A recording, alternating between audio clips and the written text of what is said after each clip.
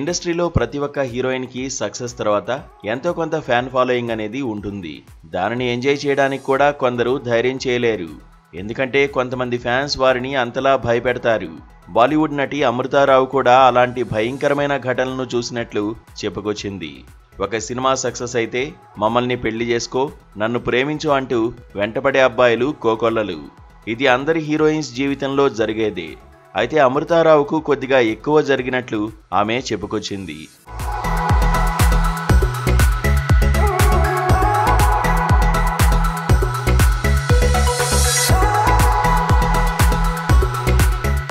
అమృతారావు వివాహ సినిమాతో over night star హీరోయిన్గా మారిపోయింది.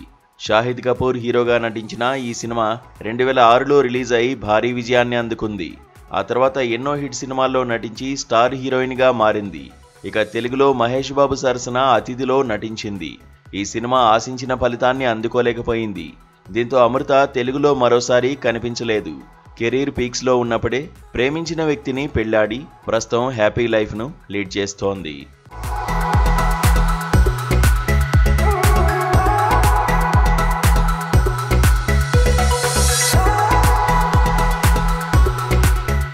తాజాగా ఆమె అక్షయ్ కుమార్ నటించిన జాలీ LLB 3లో నటించింది. తాజాగా ఈ సినిమా ప్రమోషన్స్లో భాగంగా ఒక ఇంటర్వ్యూలో అమృత వివాహ సక్సెస్ తర్వాత తనకు వచ్చిన పెళ్లి ప్రపోజల్స్ గురించి చెప్పుకొచ్చింది. అందులో ఒక వ్యక్తి తనకు రక్తంతో రాసిన లవ్ లెటర్ పంపాడని, అది చూసి తాను భయపడినట్లు చెప్పుకొచ్చింది. వివాహ భారీ విజయం తర్వాత తనను చాలామంది పెళ్లి చేసుకుంటామని వచ్చారు. కుక్కల పక్కన, కార్ల పక్కన నిలబడి ఫోటోలు తీసుకుని పంపించేవారు. ఇక NRI సంబంధాలు కూడా చాలా వచ్చాయి.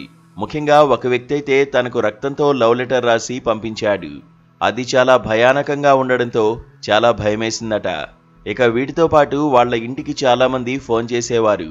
ఒక వ్యక్తి అయితే అమృత వాళ్ల ఇంటి ముందు టెలిఫోన్ బూత్ వద్దనే ఉండేవాడు.